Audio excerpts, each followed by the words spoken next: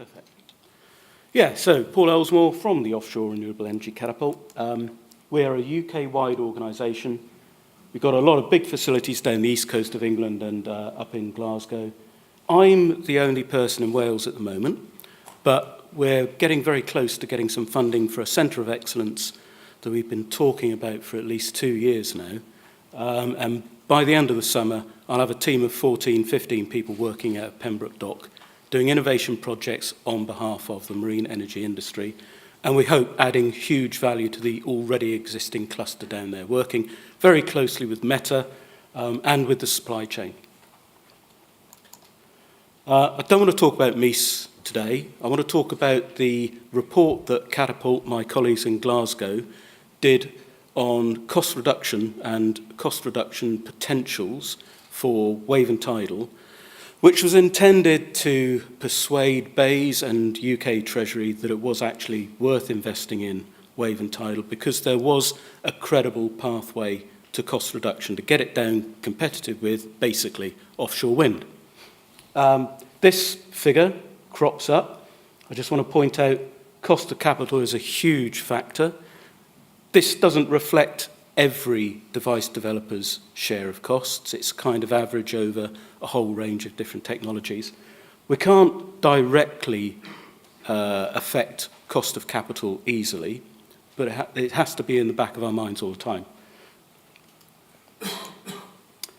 This is how we very broadly summed up the cost trajectory that we could see between where we are now at about 300 quid per megawatt hour, going out to if we had deployed a gigawatt.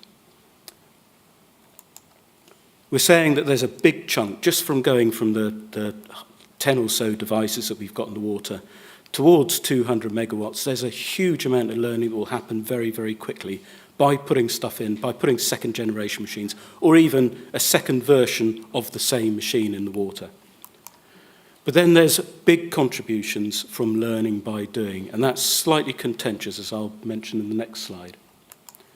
And smaller contributions from cost of capital, even though it's a big slice, we're being cautious on how much we can affect the appetite for risk that the investors in this industry will have, even with a gigawatt of deployment. If we're wrong, and hopefully we are, we might get bigger reductions in cost of capital. So those are the three categories that we like to see cost reduction in. The initial accelerated reductions, they come from just doing those extra deployments of devices.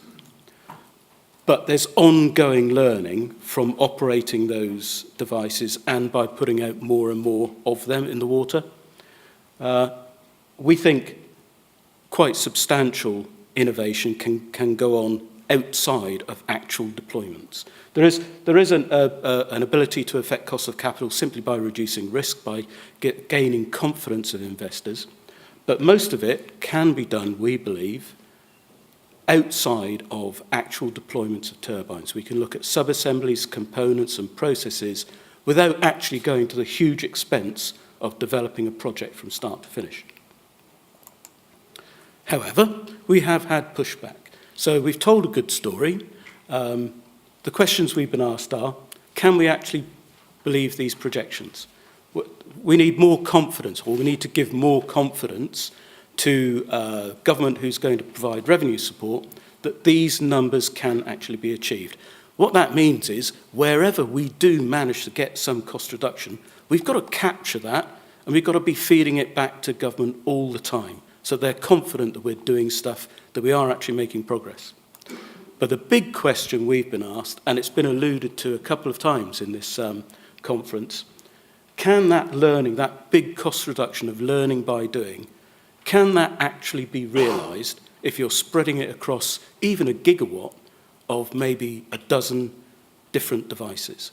Is it still valid to talk about learning by doing if you're doing so many different things in different ways? Well, our answer is yes, you can.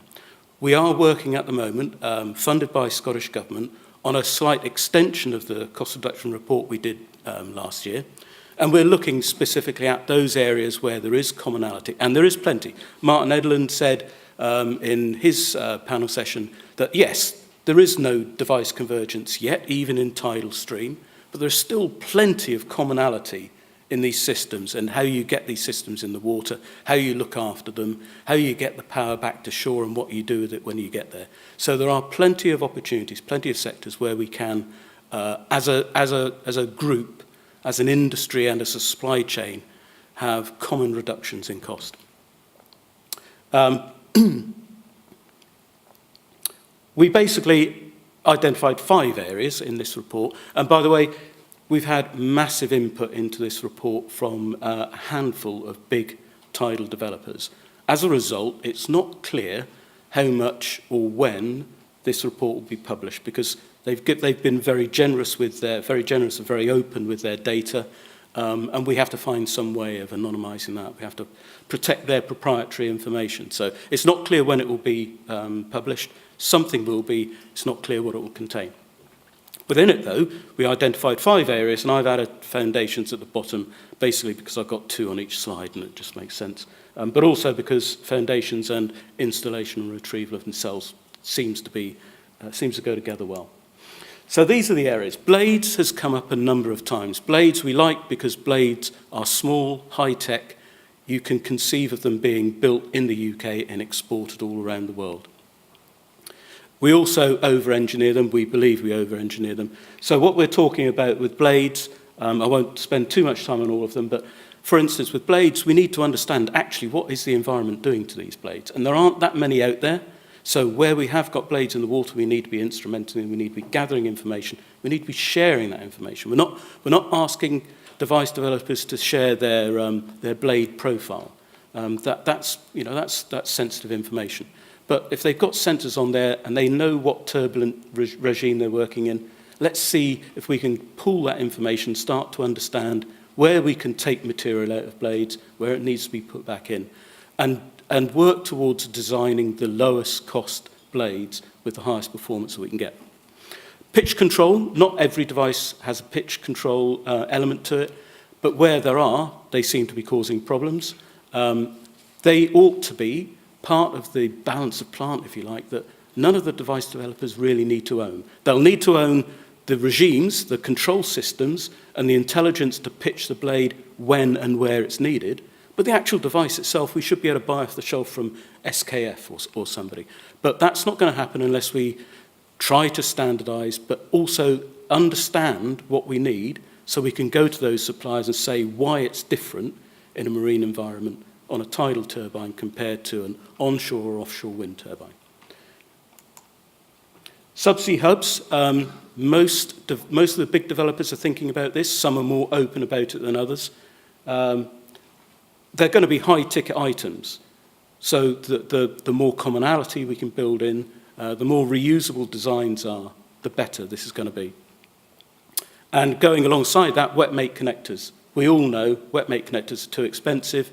There's an element of unreliability, but the problem is we don't really know exactly what we need from these components. Sorry.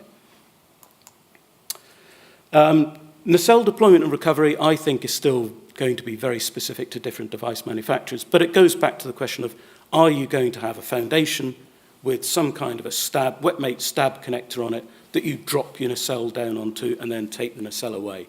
If so, there may be commonality in the design of those stab connectors that nobody needs to own as individual intellectual property, but we can all benefit from.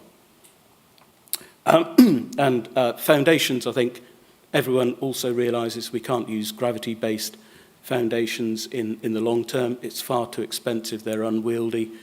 The general feeling is that we're moving towards monopiles for the big ones. The likes of Nova may be able to do a lot more work with gravity-based foundations for a longer time. That's great for their business model. But we need to be looking at what a monopile foundation looks like for big tidal turbines. See if we can understand that as an industry rather than the device developers. If people can make these things in the UK, if we can find ways of getting them into the ground offshore cheaply and quickly, that's all good. So just to round off, innovations need demonstration. That's always been a big problem for the marine energy industry because everything costs so much compared to trying different types of blade on an onshore wind turbine, doing anything underwater offshore, it's a pain. But we do need to do it. So we need to get it wet, or we need to get it into a relevant environment. We do have some onshore dry testing facilities for turbine drivetrains at Catapult's offices in Blyth. Use those. Let's get as many hours on your turbine as possible without even getting it wet. I've got those two the wrong way round. We should be verifying these innovations. Does it do what it says on the tin? And then, and this can be a very different thing sometimes, we need to validate that. We need to know that it actually does what the customer needs.